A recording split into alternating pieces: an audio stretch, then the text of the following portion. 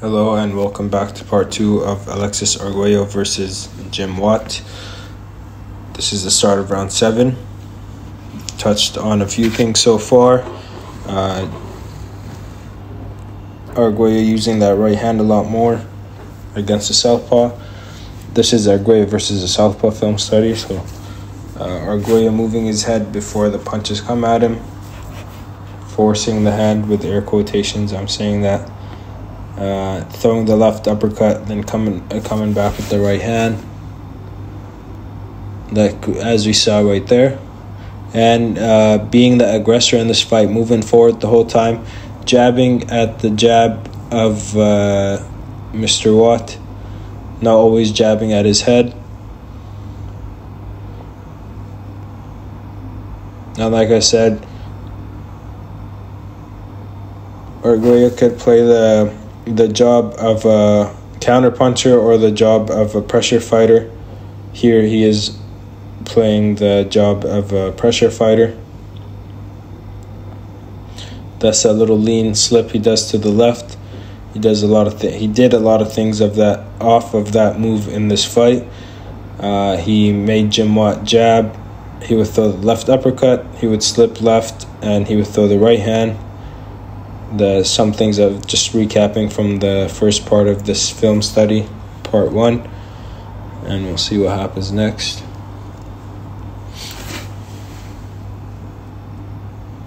Okay, what happened there? And like I say, every time I see a knockdown, a knockout, a clean punch, I like to replay it over and over again to see whose fault was it. Was it just a pure power shot? Because most of the time that I've seen knockouts and replayed them, it would be like Jim Watt would be on one foot and then he would get dropped. It's very rare that a punch is just so clean that it knocks someone down.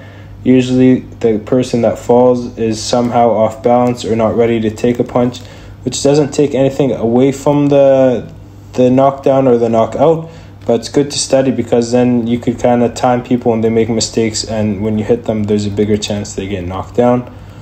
So let's see.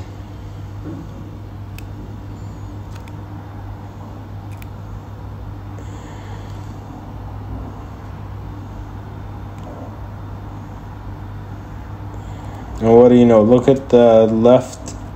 Is that the left? The left leg of Jim Watt. And that's what I just said. See, it's not on the floor.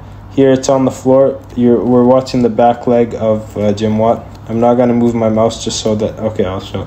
Here we're watching here. If you see this, watch.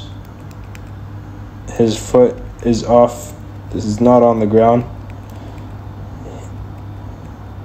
and it's placed on the ground as after he gets hit. So he's off balance. He's on one leg basically when he got hit, and you see how his legs crumble from underneath him.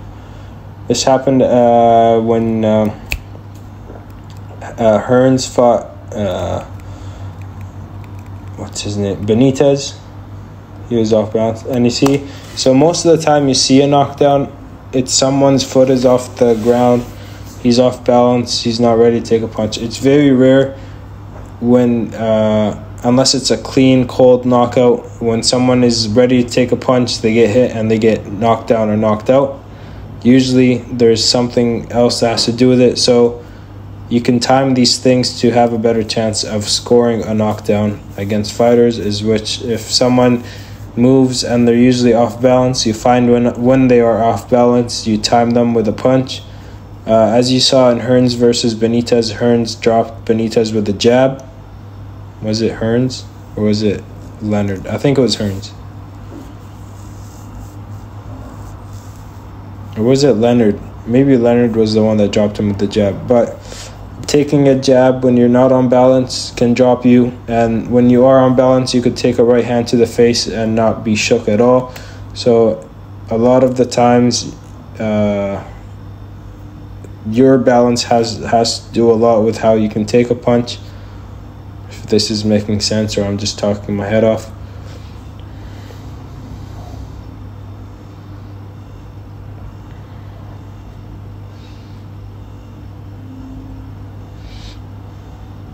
And you see Arguello, he's not circling. If you watch Arguello versus Ray Mancini, Arguello was circling left against Mancini, I think, trying to land that right hand, as someone suggested in the comments. Here, Arguello isn't really turning. His foot is on the outside of Jim Watt's front foot. His front foot is outside of this front foot. But he's moving in straight a lot more rather than circling. I think Arguello circles more against when he's against an aggressive fighter, but since he's being the aggressor, he's moving more straight in than if you watch his fight with, say, Mancini. I'll keep referencing Mancini because that's a fight I just studied of him not too long ago.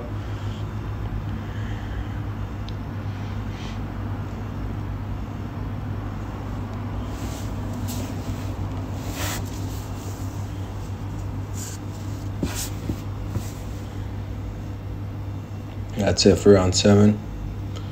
The forever cool, calm, and collected Alexis Arguello. The next study would have to be Aaron Pryor versus Arguello.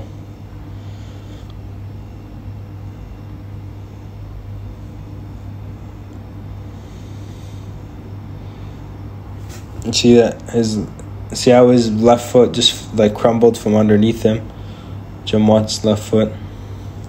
And that's why you want to practice your balance, always being on balance, moving with balance, barely taking your feet off the ground, moving and then being set at all times as much as you can. Even though you move a lot, you want to be able to be close to setting up. Don't jump in the air. Don't lift both feet off at the same time.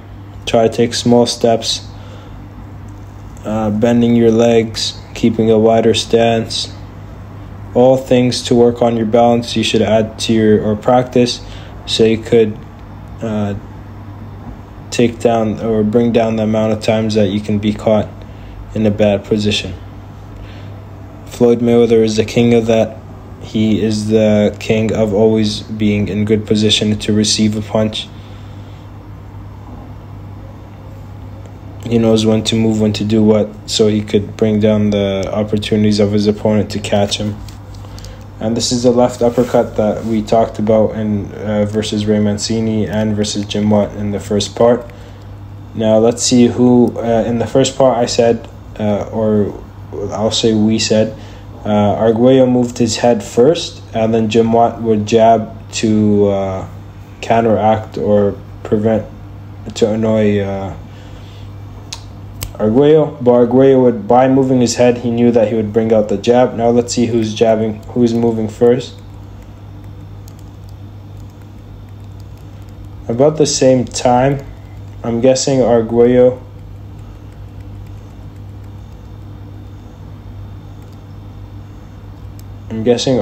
Actually moves a little bit before, and this is what I guess that he would want to do in the later rounds after he got Jim Watt jabbing at him when he slipped, which is that left uppercut. Beautiful, right on the chin, and then that right hand. So now we could see why Arguello was slipping to the left so much before Jim Watt ever threw a punch since the first round. And now we're in the 8th.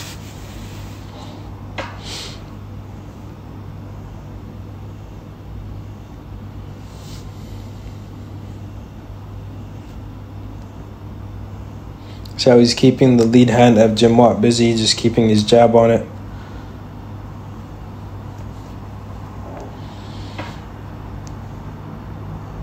Nice left hand right hook by Jim Watt. Nice jab. Nice right hand. And like I said, Arguello, he's aiming his right hands. I'm not sure if he's aiming them or they're just landing there, but a lot of them are landing right on the chest, right under the chin of Jim Watt, but right on his chest, which are pushing him back. The straight right hands from Arguello.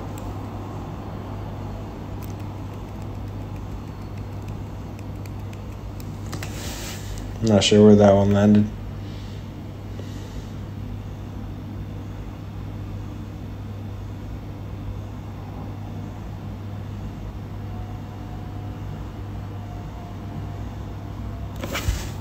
Beautiful.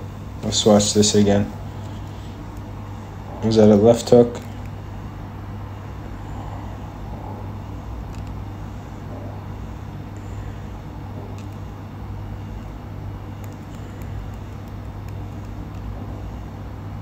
Okay, so this is something I said. Which film study was I watching? I was talking about this is when I would attack and push someone back. Which fight was it? It was someone leaning back a lot. Oh yeah, Winky Wright versus Felix Trinidad. Now Winky Wright would sit on his back leg a lot, like how Jim Watt is doing right here. See how here, right? Now he's really sitting on the back foot.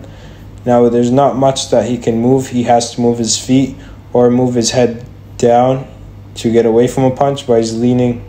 He's not really leaning back in a bad position, but he's as far back as he can be. His next move would be go down. Arguello sees him lean back.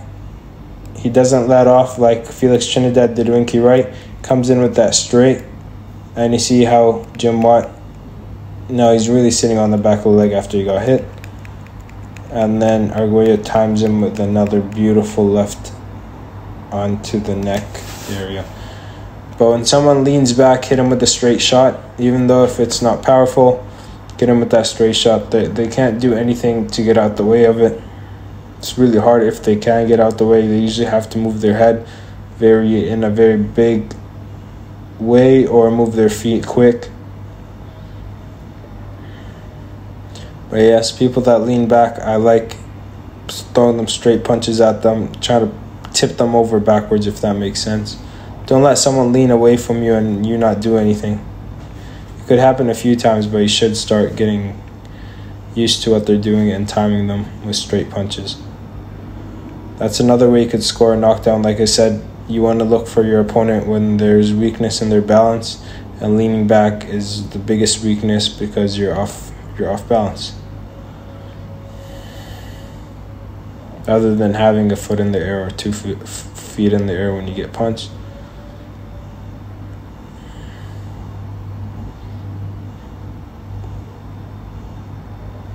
And that is round 8 for the books.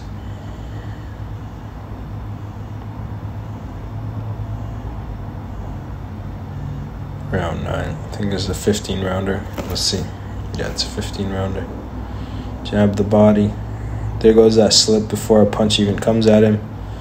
You have to make something happen in the ring. If your opponent is like Jim Watt, he's not really throwing much. You have to be the one moving your head, forcing punches out of him so you could create those openings to counter him. If not, then it will be a still fight.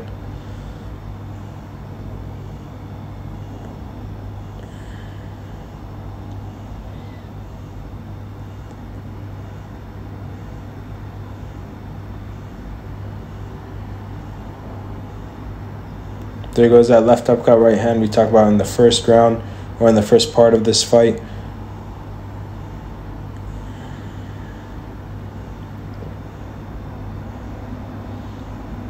Nice, we saw Jim Watt come forward for a bit. Now he's coming forward a little bit. Nice left hand.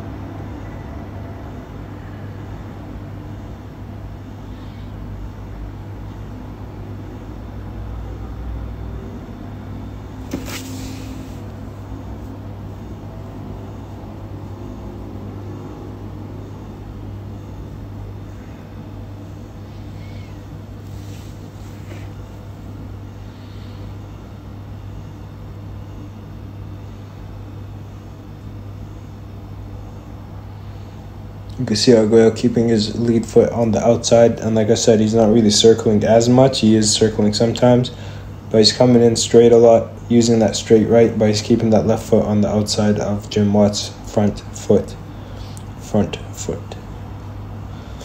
Sorry. Right hand. A lot of right hands in this fight.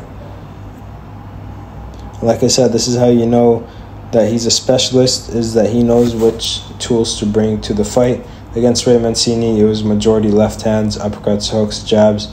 Here, it's a lot of right hands, a lot more than he threw against Mancini.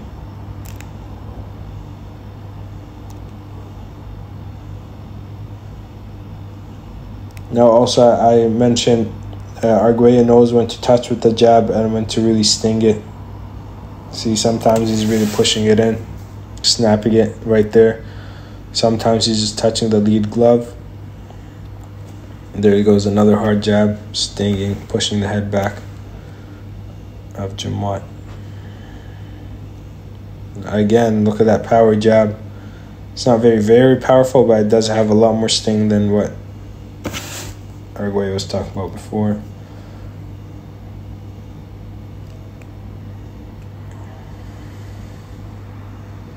Okay, now for the majority of the first part of this fight study, in the part 1, we saw that Arguello would actually move his head left first, and then Jim Watt would jab at him. Now Arguello is moving his head after Jim Watt jabs, an extended jab, and he comes up with that left uppercut. And like I said, doesn't matter if that left uppercut lands, because what's coming after that left uppercut is that straight right. So you saw him do that against Mancini, against Jim Watt. That left uppercut, right hand. But 2 parts of slipping to the left. It was either Arguello slipping, then Jim Watt jabbing to counter his slip or try to catch him. Now we're seeing Jim Watt jab first, and then Arguello slipping left. We just saw him do that right there.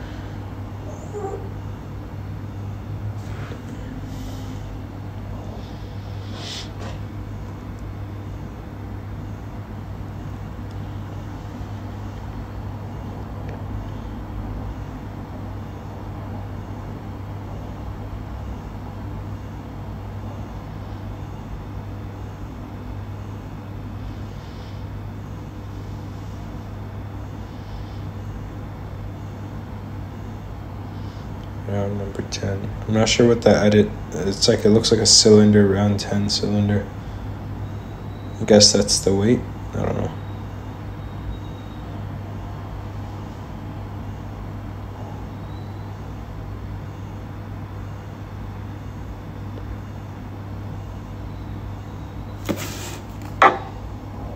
So I got it. Watch how he changes his tempo on that jab right hand. Boom. Touch with that left hand, and then zip through with that right hand. And he caught a right hook to the face. Arguello did, as he threw that right hand.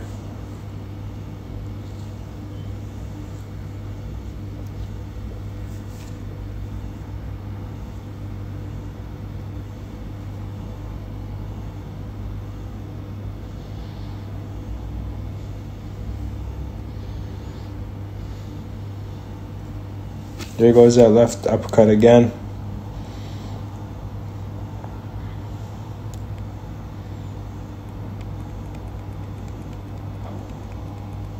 And what did we say? Arguello moves his head first, and Mr. Jim Watt jabs back at him after Arguello moves his head, forcing. Now this is what I meant when you force someone's hand, is Arguello slips left. Okay. Mr. Jim Watt has to respond. He can't just stay there because something might come back. He sticks a jab out, I believe, just to do something, and then Arguello opens up the left uppercut, right hand.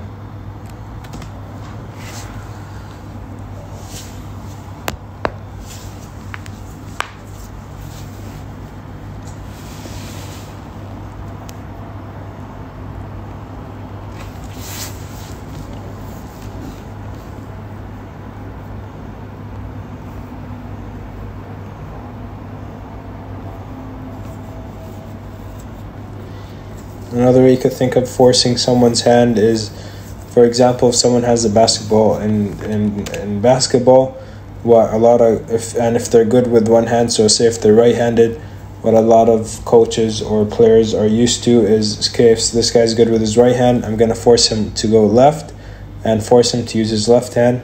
So he's forcing his hand of what move to make next. And then the player can make that player make a mistake because they're not as good with their left hand. That's a different version than the boxing version, but the explanation is the same. So when Arguello is slipping left before Jim Watt even throws a punch, he's forcing a punch out of Jim Watt, because Jim Watt you can't just let a guy slip beside you and you're not doing anything, because then they could do something worse the next time. So you gotta respond, and that's what Arguello wants, is because then he could set up his left uppercut and right hand.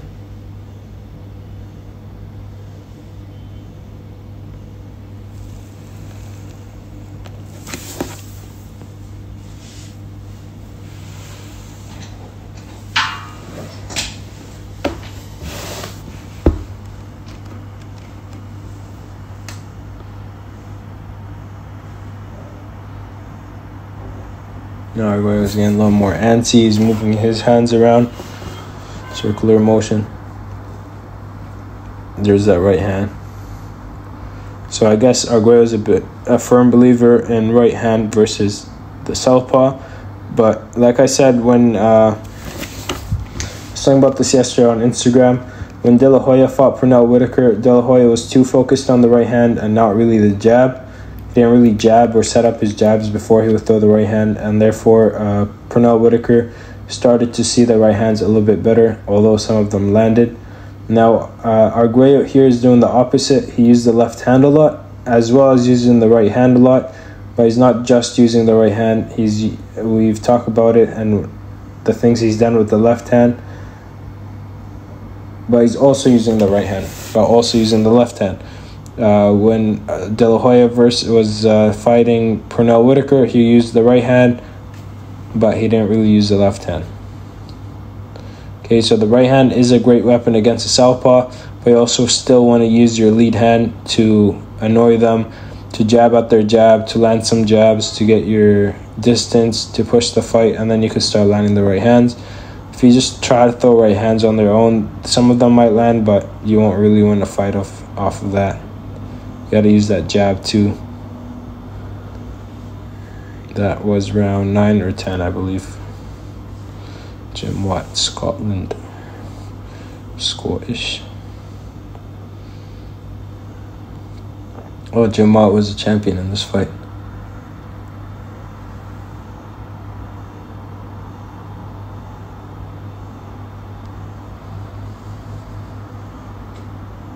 Round number 11?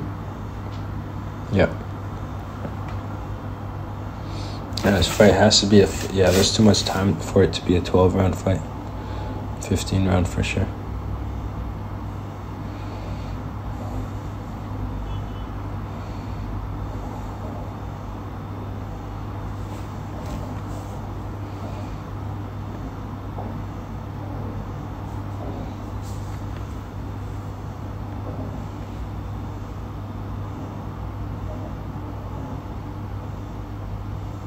So he just commits to that right hand. It's really beautiful. He just slings that right hand.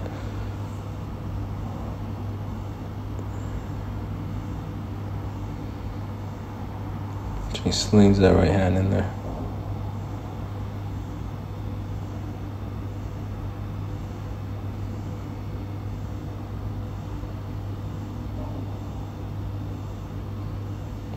Popping that jab. Right hand, or double right hand.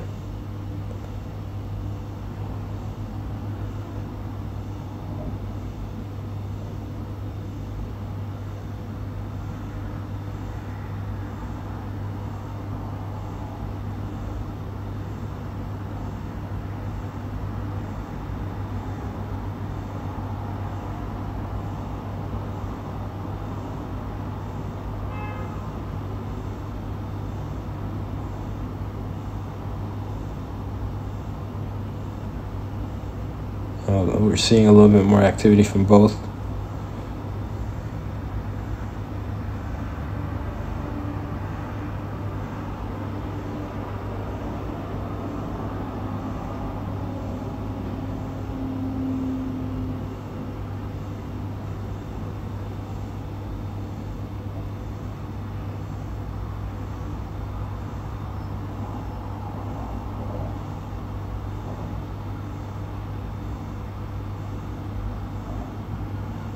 Nice left hands from Jim Watt down his face.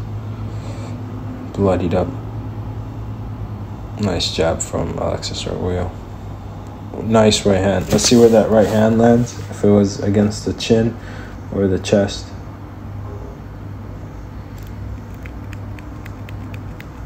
No, that was to the chin.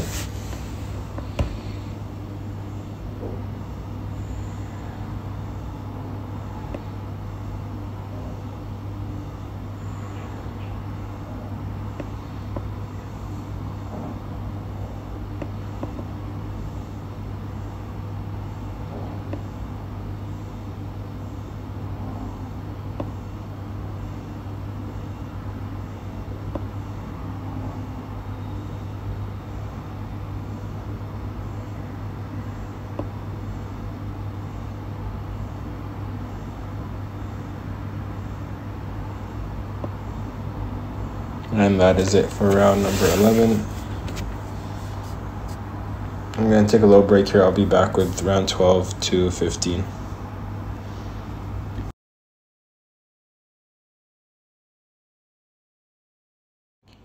Hello and welcome back. Sorry for the delay on this video. I was traveling a bit. I'll be back with a lot more film studies coming up in this week. But let's finish up Arguello versus Jim Watt. We are going into round 12.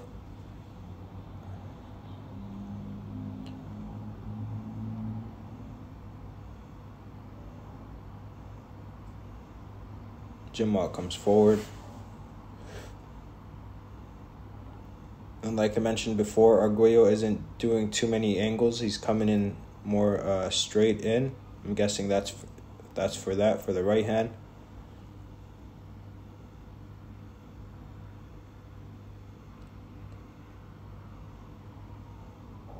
Now he's doing that slip we talked about before, which is forcing the hand. He used it to set up his left uppercut. He used it to get a jab out of Jim Watt. He used it as feints. He used it to set up his right hand.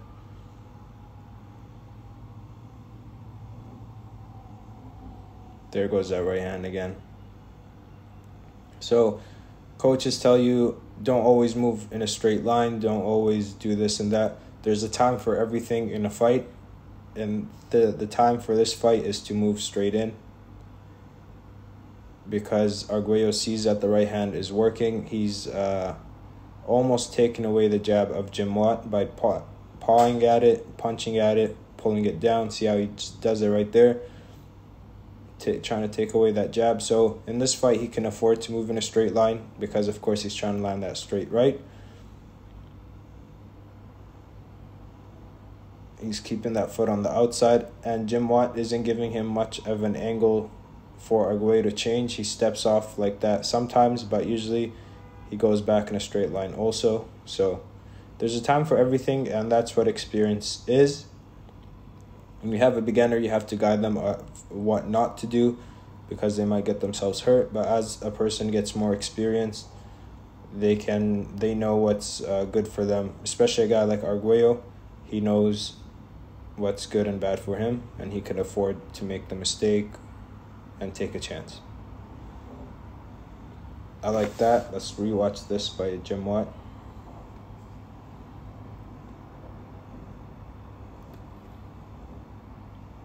But see, this is what you don't want to do, the footwork here by Jim Watt. If you watched Arguello's footwork, especially, I talked about this in the first part of this breakdown, Arguello barely lifts his feet off the ground. He lifts them just enough so that his foot doesn't catch on the ground, but not high enough where he's off balance.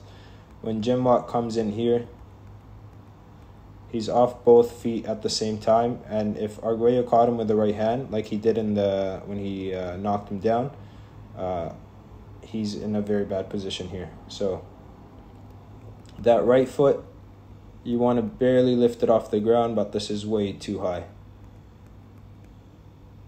So he got away with that one. And again, taking chances. Doesn't have much to lose at this point, but you don't want to do that footwork because if Arguello timed him with that right hand, it would have been big trouble for him. Nice head movement by Arguello.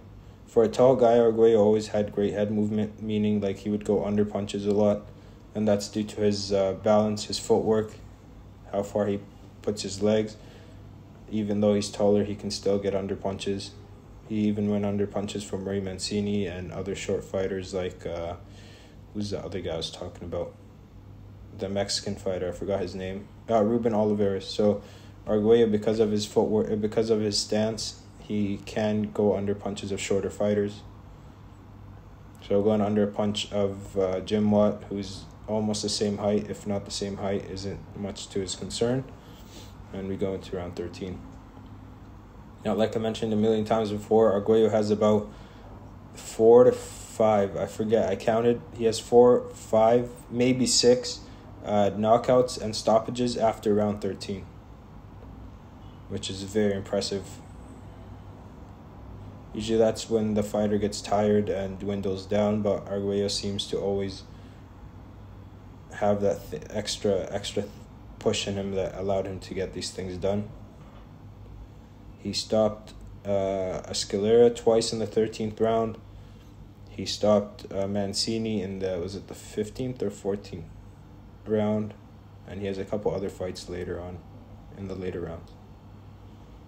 His right hand has been landing beautifully. Right hand to the body.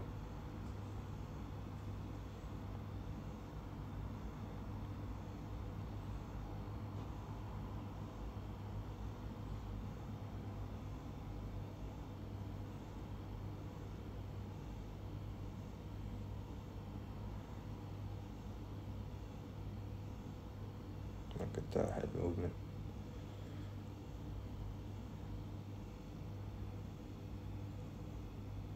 See how he's just pawing, touching the jab. We'll go back again.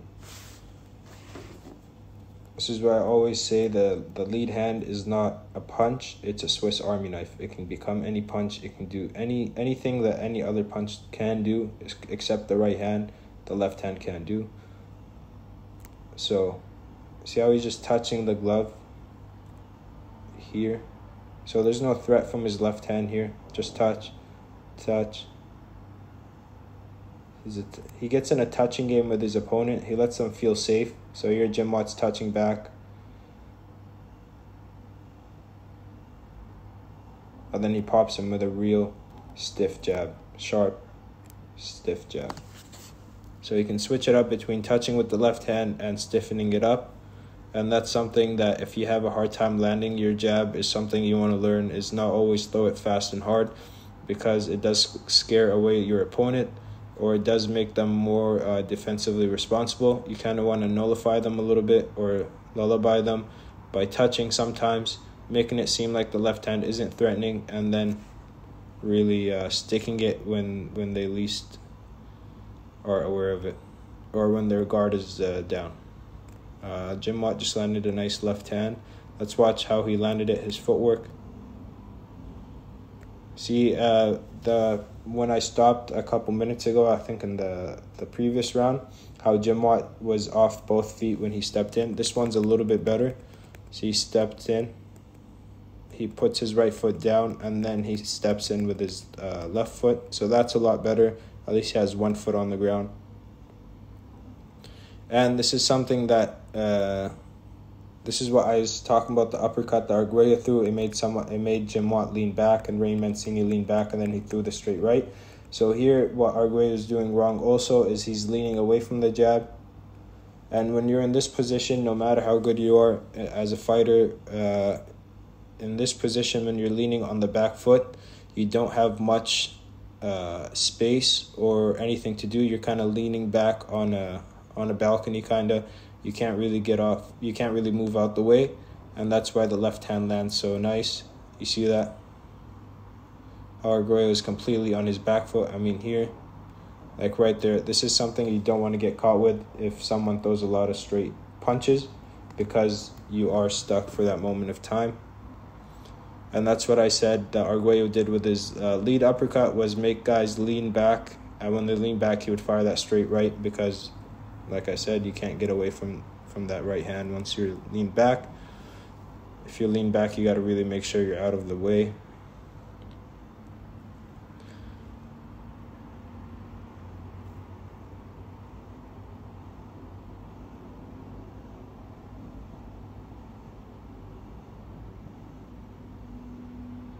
Slipping to the left. There you go. Now we saw Arguello slip to the left and then throw the left uppercut. Slipping to the left. Nothing happens. No uppercut. Comes back. Pops the jab. So doing the same move, that same move he did, off that same move, he just threw the jab. When he came back up, he threw the left uppercut. He threw the right hand, and he countered the jab of Jim Watt. So he did 4 things just off that one move. And that's how you set fighters up, is you don't need a bunch of different setups. You just need one good setup. And you just make them guess what's coming next. They see the setup. They see you do it before, and you did something with it before. Now, are you going to do the same thing, or are you going to change it up? And that's the confusion that you could put in your opponent's mind when you keep doing the same move over and over. Of course, if you're doing that move and nothing's positives coming out of it, they're catching you, or that move is hurting you, you want to stop doing it. But if it is working and putting doubt in your opponent's defense, then keep doing it by any means. And here we see beautiful lead left hand by Jim Watt, right hands down, and perfect check hook. Now this is the stability I talk about Arguello's stance. Watch his left foot, it moves. His right foot is still planted on the ground. Now he moves it. Does he move it? A little bit. But you see how I always talk about this with the lead foot and the back foot relationship. The back foot is like a post. Okay, so it's stuck in concrete. It can't move. The left leg is a dog. Okay, and the left leg is on a leash, which is this leg, or the left foot is the dog and it's on the leash. So the dog is tied to the post. Okay, when the dog pulls, the post can't pull with it because it's stuck in concrete. So I'll wait for this bar to go away. So the post is stuck in concrete, it can't move. The dog can go as far as it can to pull on the chain, but when the chain runs out of length, it stops. It doesn't go any further, but it doesn't drag that back foot with it because it's stuck in the ground. That's good with a step jab, with a step left hook like this. Okay, and then after the left foot is planted, now the right foot can move, step, or move to the side like Arguello did. But having one foot planted is one of the most important things about having a solid base.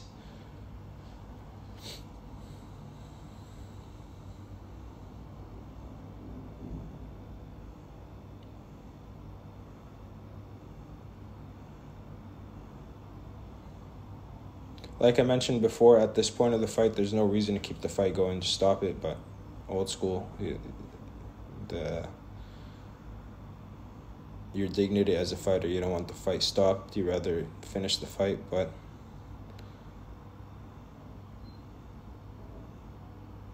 it's sometimes better to call it quits than just take extra punishment.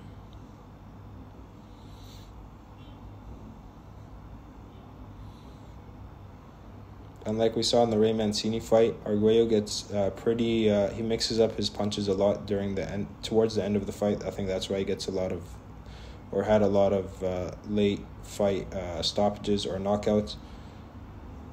And this is what I mentioned in other studies, is that 15-round fights, you really get to know your opponent rather differently than a 12-round fight or a 10-round fight.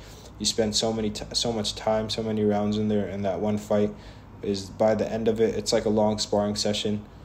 I'm sure a lot of fighters have done this before, is you spar for like 20-30 minutes straight, and by the end, right before the end, you can predict every punch that's coming from your opponent or your sparring partner because you've just been in there for so long. And that's what I like about 15-round fights. Not just Arguello's 15-rounders, but a lot of other fighters, great fighters. You see them, they just predict every move towards the end of the fight because they spent so much time in there.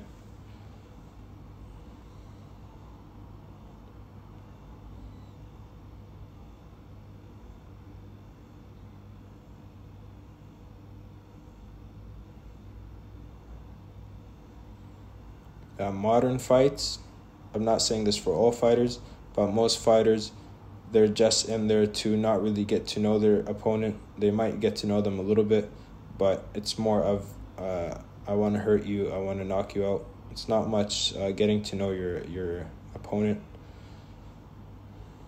And I think that's something that's very wrong. Even in life, if you have an enemy or opponent, you don't want to just try to hurt them all the time because you don't know their weaknesses. You want to get to know them, you want to study them, you want to watch them, and then it makes your job so much easier to get rid of them.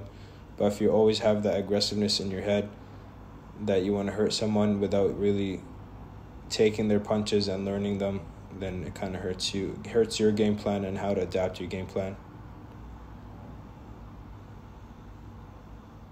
Because the more I know about my opponent, the more I know how to beat them. The less I know about my opponent, the more I have to guess and take chances. Now, you have to do both at certain times, but if you can, try to learn your opponent.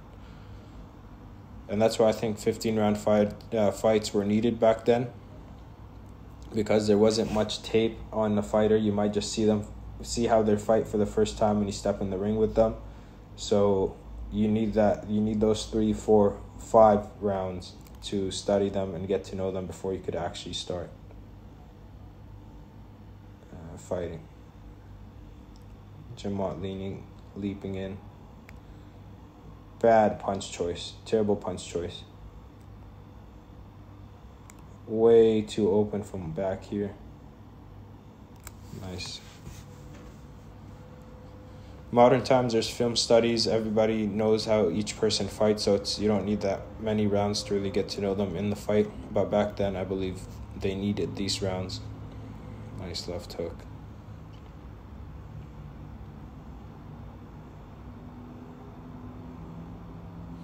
Yeah, I don't know why they keep these fights going when it's such a one-sided fight. I said this before in chess. If you're about to lose and there's no more moves for you to make before you get checkmated, you just resign.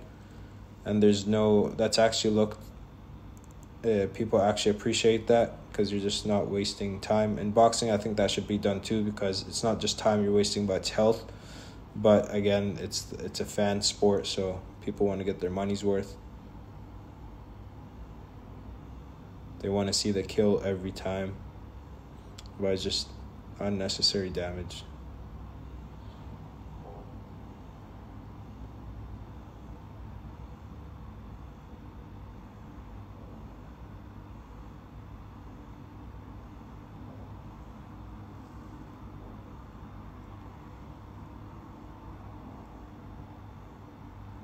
But how you know that Jim Watt is still a great fighter is Arguello isn't having his way with him completely. He's still respecting him. He's not just moving in blindly behind punches. He is throwing harder, faster, and trying to hurt him, but he's still respecting him. Now, you see those triple jabs from Jim Watt? You gotta, as a fighter, you'll respect that, especially this late in the fight. And that's what happens when you learn your opponent. You learn to respect them also, not fear them, but you respect them so you don't do anything stupid. That's how he puts pressure on those jabs. You got to be able to switch up that jab. Touch, power, speed sometimes. Double it up, triple it up. Single jabs, body jabs, up jabs. Mix up your jabs. Don't throw one type of jab.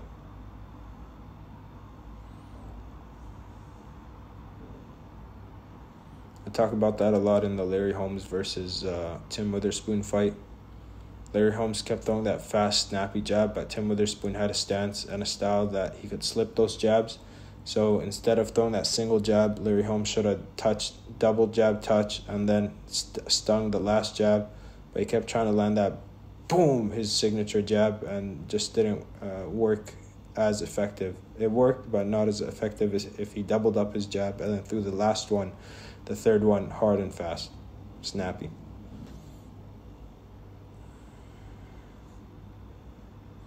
So don't get lost in your style. Don't force yourself to always fight in your style, because if it's not working, you got to adapt.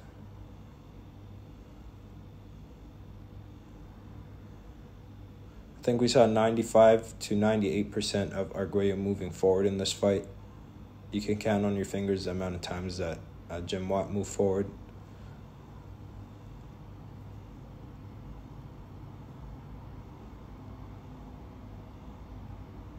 But you got to respect Jim Watt, because Alexis Arguello had a lot of knockouts, a lot of stoppages. You could see the respect they have for each other. Amazing. So thank you. I'm sorry for taking a long time to put out the second part of this fight study. I'll be back with more videos. If you want to let me know in the comments which videos to put out, the fights you would want to see me do videos on. But I wanted to touch base on Alexis Arguello versus a southpaw, because I think he's one of the best at fighting southpaws. And yeah, appreciate it. And I'll see you guys next time.